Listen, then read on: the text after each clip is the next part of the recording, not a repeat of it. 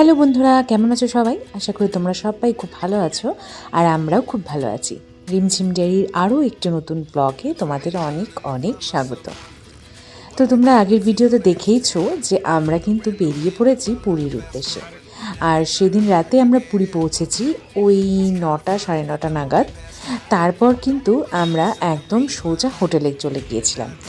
আর যাওয়ার সময় এইরকম সমুদ্রের ধার দিয়ে প্রচুর লোক এখানে বসে থাকে। সমুদ্রের ধার দিয়ে কিন্তু প্রচুর ভিড় ছিল। তো চলো। হাই, আমরা এসেছি ডিনার করতে। এই যে সবাই মিলে বসে পড়েছি। আর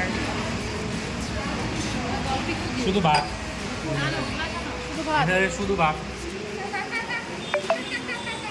শুধু ভাত খাবা? এই যে না না আছে আর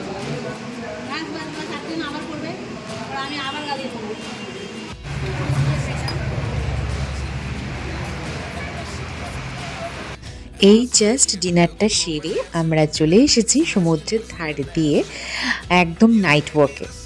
এই জাস্ট পৌঁছলাম সমুদ্রের প্রথম দর্শন পেতে। আমরা এসেই কিন্তু একদম ফ্রেশ হয়ে প্রথমেই চলে গিয়েছিলাম রাতের ডিনারটা কমপ্লিট করতে। তারপরে ভেবেছি যে সমুদ্রের ধারটা তো একটু ঘুরতেই হবে। সমুদ্রের ধারে ঘুরে তারপরে আমরা ঘরে গিয়ে ঘুমিয়ে পড়বো আজকের মতো। তো এই ছিল আমাদের ফার্স্ট ডে অ্যাট পুরী। দেখো দুজনে মিলে কিন্তু সেই মজা করছিলাম সমুদ্রের ধারে। সমুদ্রের ঢেউগুলো যখন পায়ে এসে লাগে এতটা আনন্দ লাগে, মানে ওই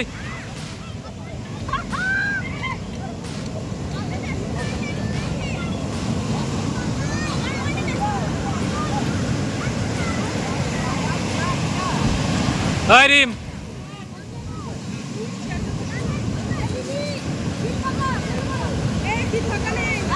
না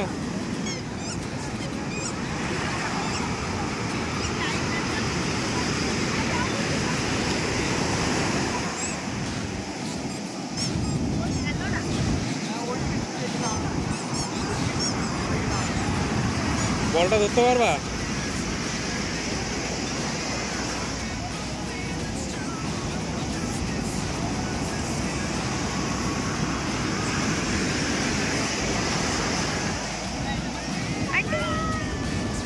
এই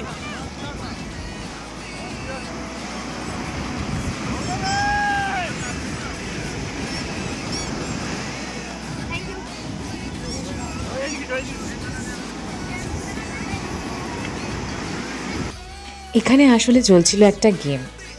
কতগুলো বাচ্চা একটা লাইটিং বল বারে বারে সমুদ্রে ছুঁড়ে দিচ্ছিল আর সমুদ্র সেটা বারে বারে ফিরিয়ে দিচ্ছিল। ওই যে বলে না যে সমুদ্র কখনো কিছু নিয়ে যায় না, সবটাই আবার নিলেও ফিরিয়ে দিয়ে যায়। ওইটারই আর কি চাক্ষুষ প্রমাণ। দেখতেই পারলে সমুদ্রের কি ঢেউ আর কেমন আওয়াজ। আর একদম ঠিক সামনে দেখো একটা কাঁকড়া, লাল কাঁকড়া।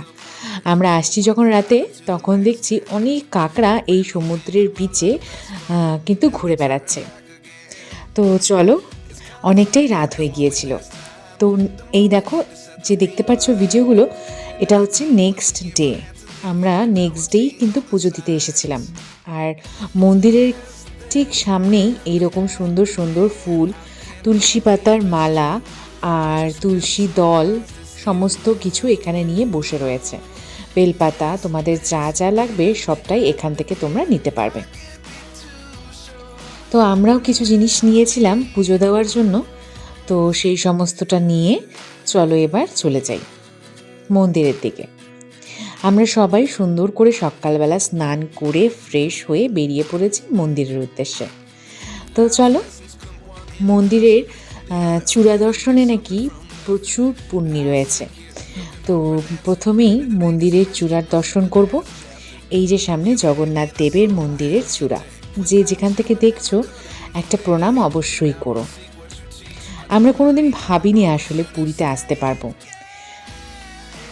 কারণ ভগবান জগন্নাথ না ডাকলে কিন্তু পুরী আসা সম্ভব না। তো ফাইনালি ডাকটা চলেই এসেছে আর আমরা পৌঁছে গিয়েছি। জয় জগন্নাথ, জয় জগন্নাথ, জয় জগন্নাথ। কতটা ভিড় দেখতে পেরেছো তো। আর পুরীর মন্দিরে কিন্তু 4টা দরজা রয়েছে, চারদিক থেকেই লোক প্রবেশ করে আর বিভিন্ন দিকে বিভিন্ন রকমের লাইন রয়েছে। তো আমরা যে পাশে দেখতে পাচ্ছি এটা হচ্ছে জেনারেল লাইন। এই লাইনটা কিন্তু অনেকটা ঘুরেছে, অনেকটা ঘুরে তারপর মন্দিরের দরজার সামনের দিকে চলে গিয়েছে। তো চলো আমাদের পান্ডা ঠিক করাই ছিল, মন্দিরে এসে তার সাথে যোগাযোগ করে আমরা কিন্তু মন্দিরের দরজার সামনে চলে যাচ্ছি। তিনি সেখানেই রয়েছেন। তো সেখান থেকে আমাদের নেক্সট রাস্তাটা তিনি দেখাবেন। আর এখানে প্রথম এসে কিন্তু অনেক কিছু এক্সপিরিয়েন্স করেছি, যেগুলো বন্ধুরা তোমাদের সঙ্গে শেয়ার করব আমার নেক্সট ব্লগগুলোতে অবশ্যই, যাতে তোমাদের সুবিধে হয়।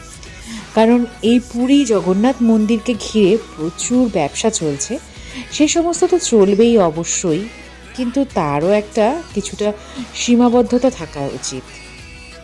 এই যে সামনে দেখতে পাচ্ছ জগন্নাথ আরতি, এটা কিন্তু বিগ স্ক্রিনে দেখায় সব সময় মন্দিরের ভেতরের ছবি।